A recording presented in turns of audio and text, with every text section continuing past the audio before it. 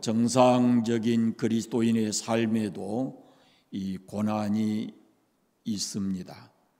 이 고난은 우리가 원하는 것도 아니고 우리가 택하는 것도 아니지만 누구에게나 이 고난은 열려 있습니다.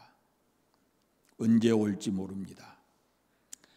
올 12절 말씀에 보면은 이 시험이 어떤 시험인가를 알 수가 있는데요. 12절 말씀에 보시면 사랑하는 자들아 너희를 연단하려고 오는 불시험을 이상한 일 당한 것 같이 이상히 여기지 말고 그럽니다. 불시험 이런 말을 했습니다. 베드로는 이렇게 말합니다. 조만간 불시험이 들이닥칠 것인데 그때 이상한 일 당하는 것 같이 이상히 여기지 말라 이렇게 말합니다. 여기서 말하는 이 불시험은 이 베드로전서가 쓰여진 후에 몇 년 지나지 않아서 AD 64년에 네로 황제 때에 이 그리스도인에 대한 대대적인 박해가 시작이 됩니다. 로마가 불타게 되었을 때 그 책임을 그리스도인들에게 뒤집어 씌우고 그리고 초대교회 성도들이 가장 견디기 힘들었던 그 박해의 바람이 그때 불어왔습니다. 이 무서운 시험이 다가오기 전에 무슨 일이 터질 것 같은 그런 긴장된 밤에 이 그리스도인들을 준비시키기 위해서 하나님께서는 성령으로 베드로를 통해서 감동시켜서 이 고난에 대비하는 메시지를 주신 것이다라는 말씀입니다. 그 이후로도 AD 70년에 이 역사적으로 유명한 사건이 나는데 이 예루살렘 멸망 사건입니다. 로마의 티토 장군에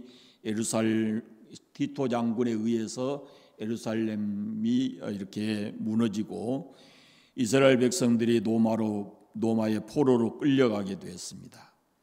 그때 예루살렘 성은 예수님이 말씀하신 대로 돌 하나도 돌 위에 남지 않고 완전하게 무너져 버리는 그런 상태가 되었습니다. 이와 같은 중대한 역사적 사건들을 앞두고 성령께서 사도 베드로를 감동해서 그리스도인들에게 곧 다가올 그 고난을 미리 대비하도록 그 고난이 왔을 때 우리에게 주어진 소망과 영광이 무엇인가라는 것을 알게 하는 겁니다. 여러분 고난당할 것을 대비하십시오. 여러분을 연단하려고 곧 찾아오는 불시험이 있을 겁니다. 그 시험이 곧 올 것입니다 라고 지금 얘기하는 겁니다. 베드로전서 1장에서도 우리가 보았는데요. 이 불시험이라는 그런 의미를 말씀을 해요. 너희의 믿음의 확실함은 불로 연단하여도 없어질 금보다 더 귀하여 예수 그리스도께서 나타나실 때에 칭찬과 영광과 존귀를 얻게 할 것이다 라고 말씀합니다.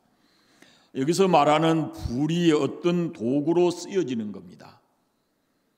여기서 지금 우리가 읽은 말씀 불시험이라는 지금 제가 말씀드린 그런 역사적 사건들이 어떤 도구로 사용된다는 것이죠. 단순히 우리를 넘어뜨리고 망하게 하기 위해서 오는 것이 아니고 우리에게 어떤 유익을 가져다 줄 수 있는 도구로 사용되어지는데 그것이 바로 연단의 도구다라고 말합니다. 금을 용광로 불에서 연단하듯이 바로 이런 시험이 우리에게 그런 연단의 도구가 된다라는 겁니다. 용광로 불 속에서 금이 아닌 다른 부분, 찌꺼기들 이것들이 다 녹아 없어지고 순금만 이렇게 구별돼 나오듯이 고난이라고 하는 것이 불시험, 역사적인 이런 불시험들이 우리에게서 그런 모습을 갖게 한다는 겁니다. 이런 불시험은 불로 연단하는 것처럼 순금과 찌꺼기를 골라내 버린 것처럼 이런 불시험은 진짜와 가짜를 구별하는 시간이 된다라는 겁니다.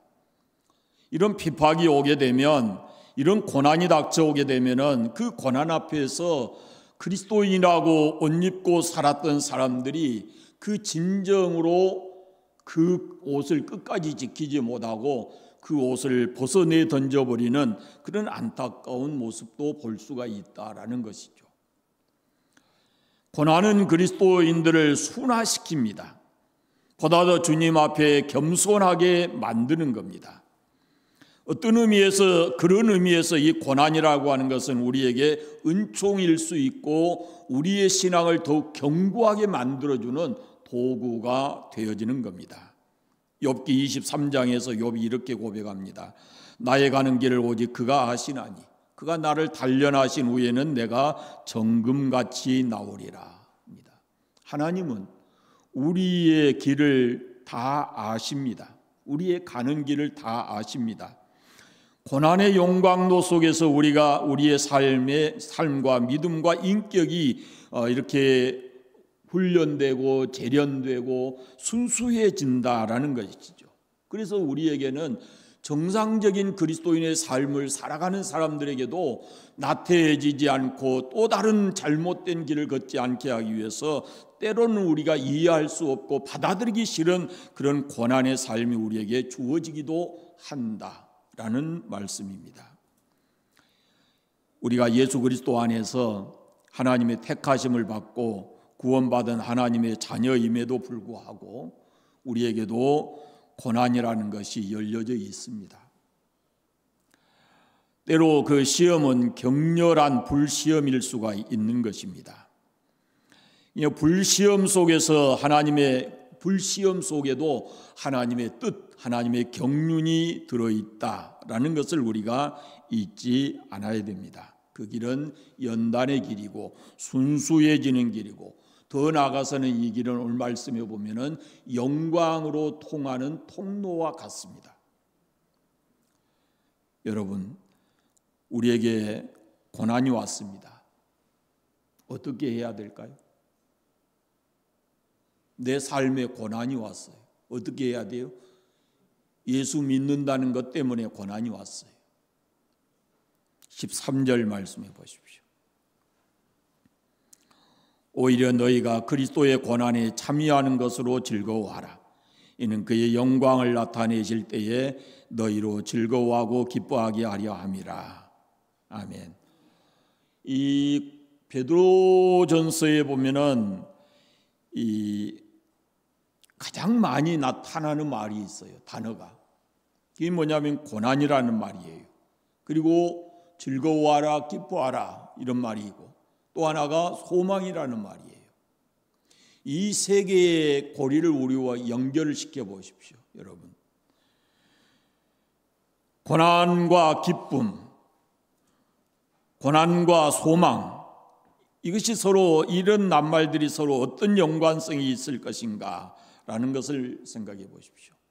고난 속에서 우리가 어떻게 기뻐할 수가 있을까요? 소망 때문입니다. 그 고난이 영원하지 않거든요. 앞서 우리 1장에서 보았잖아요. 고난이 영원하지 않아요. 그런데 그 고난은 말씀드린 대로 우리의 믿음과 우리의 인격과 이런 것을 순수하게 만들어서 우리로 하여금 그 영광스러운 주님의 영광에 참여하게 하는 것이거든요. 우리가 바라보는 것은 바로 이 영광이거든요. 영광. 그래서 우리가 현재의 고난 속에 있을지라도 기뻐하고 즐거워하라 라고 말씀을 하는 겁니다. 왜 우리가 고난 속에 즐거워해야 되는가? 그 첫째 이유는 그리스도의 고난에 참여하는 것이기 때문이다 라고 말씀합니다. 우리가 신앙을 지키면서 그 신앙 때문에 오는 고난이라고 하는 것은 이유와 까닭이 내가 이해하지 못할지라도 그것은 주 예수의 고난에 동참하는 것이 된다라고 하는 겁니다. 믿음 지키기 위해서 고난을 받는다. 그것은 주님의 고난에 동참하는 것이다 라는 말씀입니다. 고난은 괴로운 것입니다. 사실은. 그러나 그것이 주님을 위한 고난이기 때문에 주님의 고난에 참여하는 것이기 때문에 그 괴로움을 넘어서 고통을 넘어서 우리는 기뻐할 수 있어야 된다라고 사도 베드로는 말씀하고 있는 겁니다. 고난, 그리스도의 고난에 참여하는 것을 기뻐하라, 이렇게 말을 합니다. 주님의 고난이 어떤 것인가, 예수 그리스도의 고난이 어떤 것인가라는 걸 생각해 보십시오. 예수 그리스도는 마땅히 영광 받으셔야 할 분이시지만 이유 없이 우리 때문에 우리가 표현할 수 없는, 우리가 감당하기 어려운 그런 고난을 우리를 위해서 다 받으신 겁니다. 우리가 예수 그리스도를 믿는 믿음 때문에 받는 고난은 그것에 바탕을 두어야 되는 겁니다. 앞으로 넘어가서 2장에 보면 이런 말씀이 있습니다. 부당하게 고난을 받아도 하나님을 생각함으로 참으면, 슬픔을 참으면 이는 아름다운 것이다. 죄가 있어 매를 맞고 참으면 무슨 칭찬이 있겠는가. 그러나 선을 행함으로 고난을 받고 참으면 이는 하나님 앞에 아름다운 것이다 라고 말씀하고 있고, 2장 21절에 이렇게 말씀합니다. 이를 위하여 너희가 부르심을 받았으니 그리스도도 너희를 위하여 고난을 받으사, 그리스도도 너희를 위하여 고난을 받으사 너희에게 본을 끼쳐 그 자체를 따라오게 하려 하셨느니라 라고 말씀을 합니다. 예수 그리스도께서 우리를 위해 고난 받으셨듯이 우리도 그 예수님이 가신 길을 가면서 그 믿음을 지키기 위해서 고난을 받을 수 있다라는 걸 말씀합니다. 목적이 없는 고난이 아닙니다. 주님이 당하신 고난에는 우리를 구원해내는 목적이 있고, 우리가 주님 때문에 받는 고난은 또 우리에게 유익한 것이 있다라는 그런 말씀입니다. 그 고난으로 인해서 우리가 우리의 순수한 믿음을 갖게 되고, 그 고난으로 인해서 우리가 주님 앞에 좀 더 경건하고 순한 모습으로 삶을 살아갈 수 있게 되는 겁니다. 예수 그리스도께서 우리를 위해서 그 고난 받으신 목적은 2장 24절에 보시면 친히 나무에 달려 그 몸으로 우리 죄를 담당하셨으니 이는 우리로 죄에 대하여 죽고 의에 대하여 살게 하려 하심이라. 그가 채찍에 맞음으로 우리가 나음을 얻었나니라고 말씀합니다. 예수님이 십자가에 못 박혀 죽음으로 인해서 우리에게는 의를 가져다, 죄가 없어지고 의를 가져다 주는 것이었다라는 겁니다. 죄인인 우리를 의롭게 만들어 주셨어요. 그러면 그가 그렇게 고난 당하심으로 우리를 의롭게 만들어 주셨는데, 우리가 그 믿음을 지킴으로써 그 의라고 하는 것을 잃어버리질 않아야 된다라는 겁니다. 여러분, 우리가 잘못한 것이 없는데도 억울하게 고난을 당할 때 이것은 단순한 고난이 아니고 그리스도의 고난에 동참하는 것이다 라고 하는 겁니다. 애매하게 고난받을 때, 억울한 일을 당할 때 그 고난이 우리에게 두 가지 유익이 있어요.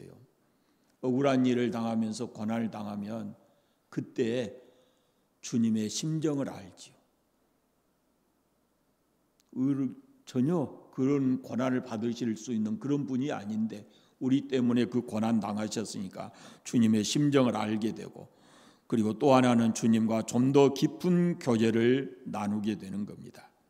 스폴저 목사님이 자기가 병석에 누워 있을 때 늘 이런 말을, 찾아오는 사람들에게 이런 말을 했다고 합니다.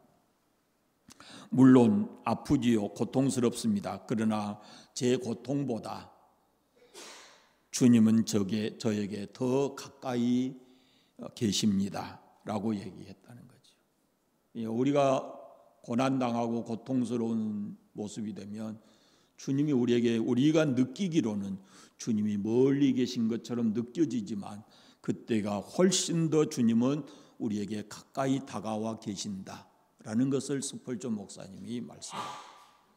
잊지 마십시오. 우리가 고통당하면 홀로가 아닙니다. 고통당할 때 사람들은 멀어질 수가 있어요. 그러나 주님은 우리에게 더 가까이 다가와 계신 줄로 믿습니다. 왜 우리가 고난 속에서 즐거워야 되는가? 영광의 날에 상을 받을 것이기 때문에, 그 고난이 우리에게 가져다 주는 것은 영광의 날에 상을 가져다 준다라고 하는 겁니다. 고난과 영광은 분리할 수가 없습니다.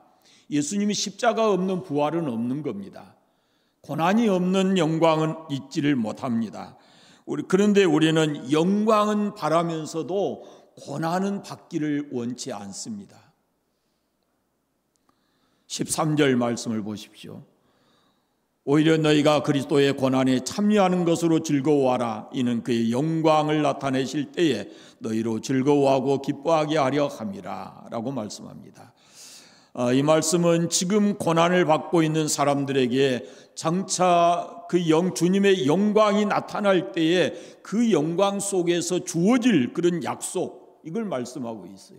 성경 곳곳에 이건 말씀되어 있지요. 로마서 8장에 보면은 자녀이면 또한 상속자고 하나님의 상속자요, 그리스도와 함께한 상속자니 우리가 그와 함께 영광을 받기 위하여, 그와 함께 영광을 받기 위하여 고난도 함께 받아야 될 것이니라 라고 말씀을 합니다. 고난 대신에 영광을 주는 것이 아니에요. 고난을 통해서 영광을 주시는 거예요. 고난이 없는 영광은 없다라는 말씀이에요. 우리가 신앙을 지켜가는 것이 마치 고난과 같다는 것이에요. 세상 사람들과 다른 생각을 우리가 가지고 살아야 되고, 세상 사람들이 다 이렇다 해도 우리는 아니라고 말하면서 힘겹게 세상을 살아가는 것이, 그것이 그리스도인의 삶이기 때문에 고난을 통해서 우리가 주님 앞에 영광을 얻게 된다라는 겁니다. 그래서 고난이 우리에게 유익하고 즐거운 것이다 라는 것이고, 또 하나는 고난 속에서 우리가 왜 즐거워해야 되는가? 성령의 임재를 체험하기 때문에 그렇습니다. 성령의 임재를 체험하기 때문에. 성령님은 누구에게 제일 가까이 계시는가? 고난받는 사람입니다. 14절 말씀을 보십시오. 너희가 그리스도의 이름으로 치욕을 당하면 복이 있는 자로다. 영광의 영, 곧 하나님의 영이 너희 위에 계심이니라 라고 말씀합니다. 주님의 이름으로 고난받는 사람을 위해서 하나님의 영이 그 위에 머물러 있다라는 겁니다. 생각해 보십시오. 지난 과거에 고난을 겪어온 사람들이 있다면, 여러분이 그 고난의 과정을 겪어서 오늘이 있다면, 그 고난의 때에 여러분의 힘으로 그 고난을 이겨냈는지, 그때에 하나님의 성령이 여러분과 함께 계셨고 여러분을 위로하시고 힘주시고 견디어내게 하신 줄로 믿습니다. 고난당한 사람을 성령께서 도와주신다라는 말씀입니다. 주님을 위해서 고난받는 우리를 위해서 성령 하나님은 그대로 내버려 두시지 않는다는 거죠. 우리와 함께 계시고 우리를 버리지 아니하시고 떠나지 아니하시고 끝까지 우리와 함께 해 주신다라는 겁니다. 힘 주시고 위로해 주시고, 고난받는 우리 위에 같이 계시면서 함께 아파하시고 함께 우시고 또 새로운 힘을 주시고 마음의 위로를 주셔서 우리로 하여금 그 고난을 견디고 이겨내게 하시는 것이 바로 성령이시다라는 말씀입니다. 영광의 영, 곧 하나님의 영이 그 위에 계심이라 라고 말씀합니다. 고난은 아프고 힘든 것이지만은 고난 속에 하나님의 위로가 있고, 고난을 겪을 때 하나님께서 힘을 주시는 것을 우리가 성령을 통해서 체험하게 된다라는 말씀입니다. 스데반 생각해 보세요. 스데반이 죽을 때 무엇을 봅니까? 돌 판매질을 당하면서도 목숨을 잃게 되는 그런 위기에 처해 있을 때 스데반은 사람들이 스데반의 얼굴에서 천사의 얼굴과 같이 빛나는 모습을 보았습니다. 그리고 스데반은 예수님이 하나님의 우편에 서신 것을 보았습니다. 그것이 스데반을 능히 순교할 수 있게 만든 것입니다. 하나님이 함께 하심으로 천사의 아름다운 그 광경이 스데반의 얼굴을 빛나게 했고, 그리고 스데반의 시선은 하나님 우편에 계시는 주님을 향해 있었습니다. 영광의 주님께서 자기를 맞이하기 위해서 팔 벌리고 서 계신 그 광경을 보았을 때 그는 자기를 향해서 돌을 던진 사람들을 용서할 수 있었고 그리고 거룩한 순교에 임할 수가 있었습니다. 그러기에 우리는 고난 중에 기뻐할 수가 있습니다. 성령이 우리를 위로하시고 임재하시는 그런 경험을 할 수 있기 때문에 그렇습니다. 또 우리가 고난 속에서 즐거워해야 될 이유는 주님의 이름을 영광스럽게 할 수 있는 기회이기 때문입니다.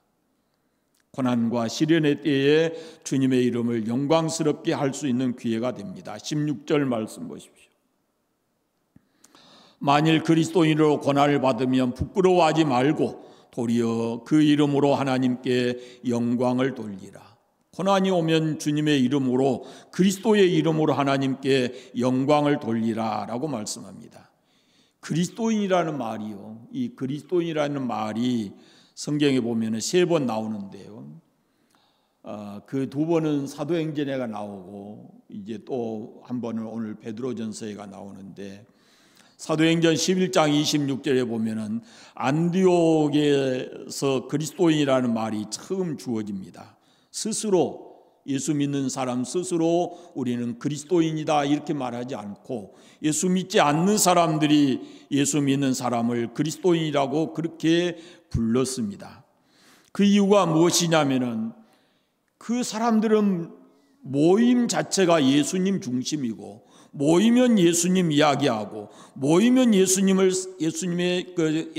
찬양하는 그런 노래를 부르고 이렇게 예수님의 이름으로 선한 일을 하고 이 모든 것이 바로 예수님과 관계되어 있었습니다. 그래서 안 믿는 사람들이 볼 때도 그걸 그렇게 느꼈기 때문에 저 사람들은 그리스도가 몸에 밴 사람들이다. 그리스도에게 온통 마음을 뺏긴 사람들이다. 그래서 그리스도인이라는 이름을 그들에게 지어 불렀습니다.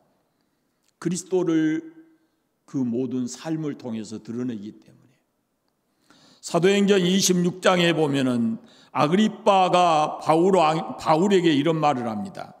네가 적은 말로 나를 권하여 그리스도인이 되게 하려 하는도다 그럽니다. 바울이 선교할 때 그리스도인이라는 말이 또 나오는데요, 오늘 본문에 또 하나가 4장 16절에 그리스도인이라는 말이 나옵니다. 그럼 가만히 생각해 보시면 나는 그리스도인이잖아요. 여러분 그리스도인이고, 그럼 나는 그리스도인다운 냄새가 나는가? 세상 사람들이 볼 때 너 예수 믿는 사람이네, 그리스도인이네 이렇게 말할 수 있는가라는 겁니다. 요 며칠 전에 목사님들 좀 몇 사람 모여 차 마시면서 그런 얘기했어요. 뭘 하면 제일 좋을까? 목사 말고 별 얘기가 다 나와요. 쉽게 얘기하면 이런 얘기입니다. 이제 결론이 뭐냐면 아무리 숨겨도 목사는 목사 냄새가 난다는 겁니다. 목사 같네? 그런다는 거예요. 아무리 몰래 가서 뭘 하고 그래도 그런다는 거예요. 그리고 또 일반 일 중에서 목사님을 일시키기가 제일 힘들대요. 안 해봐서 그런 일을 맡겨놔도 그걸 제대로 못한다는 거예요. 그 목사라는 것이 이렇게 드러난다는 그런 얘기입니다.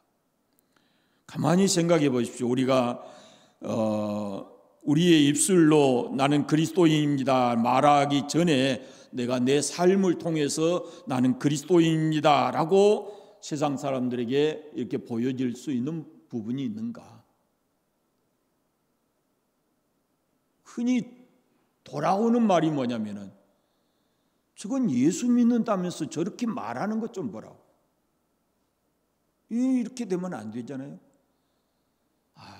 그 말하는 거 보니까 진짜 예수 믿는 사람답다. 이렇게 돼야죠. 예수 믿는 사람이 저렇게밖에 못 살아? 이러면 안 되죠. 예수 믿으니까 정말로 삶의 모습이 다르구나. 이렇게 말을 해야죠. 내가 스스로 그리스도인임을 나타내지 않아도 나의 언어나 나의 모든 삶을 통해서 내가 그리스도인이라는 것을 세상 사람들이 알 수 있도록 우리가 그렇게 살아가야 된다라는 그런 말씀입니다. 이게 그리스도인으로서의 삶을 살아가는 삶의 모습이죠. 자, 오늘 말씀 15절부터 18절까지의 말씀 보면은 고난이 올 때를 우리 자신의 삶을 성찰해 볼 수 있는 기회로 삼으라 이렇게 말씀을 합니다. 우리에게 고난이 오는 이유가 무엇이냐? 15절 말씀해 보시면 너희 중에 누구든지 살인이나 도둑질이나 악행이나 남의 일을 간섭하는 자로 고난을 받지 말라 이렇게 말씀을 하죠. 그러니까 여기서 다른 말은 쉽게 이해가 되는데 남의 일을 간섭함으로 고난을 받지 말라 이 말은 좀 흥미로운 말이에요. 그러니까 그리스도인은 자기 일만 하라는 분명히 자기 일에 성실하라는 말이에요. 괜히 남의 일에 간섭하고 남의 일을 이렇게 타치하고 해서는 그것으로 인해서 상대방으로부터 이 악감정이 돌아오지 않게 하라는 거죠. 내 일에 성실하라라는 그런 말씀입니다. 그런데 우리가 종종 남의 일에 너무 지나치게 간섭해서 어려움 당한 사람들을 볼 수가 있거든요. 그런 이유로 고난받지 말라는 겁니다. 예수 믿는 사람. 낄 때 안 낄 때 예수 믿는 사람이 그걸 잘 알아서 해야지 안 낄 때 끼어가지고 간섭하고 이렇게 하다가 그걸로 인해서 예수 믿는 사람 이런 표현을 듣지 말라는 거예요. 16절 말씀 다시 보십시오. 만일 그리스도인으로 고난받으며 부끄러워 말고 도리어 그 이름으로 하나님께 영광을 돌리라. 우리가 받는 고난의 이유를 성찰해 보라라는 말씀입니다. 내가 그리스도인으로서 고난받으면 되지만 그건 부끄러운 일이 아니지만 남의 일에 간섭하는 것으로 고난을 당하는 것은 그건 부끄러운 일이니까 그런 일을 해서는 안 된다라고 말씀을 하고 있는 겁니다. 우리가 고난 중에서 그리스도를 부끄러워해야 됩니까? 아니면 영화롭게 해야 됩니까? 부끄럽게 하지 말라라고 말씀하고 있어요. 사실 베드로 자신은 이 편지를 쓰고 있는 베드로 자신은 한때 그리스도의 이름을 굉장히 부끄럽게 여긴 적이 있죠. 베드로가 얼마나 실패를 많이 했습니까? 그러나 지금 그의 신앙적 경험을 가지고 뼈 아프게 성도들을 충고하고 있는 거예요. 여러분, 내가 경험해 봤으나 절대로 이러이러한 일로 고난받는 길을 택하지 마십시오 라고 지금 얘기하고 있는 거예요.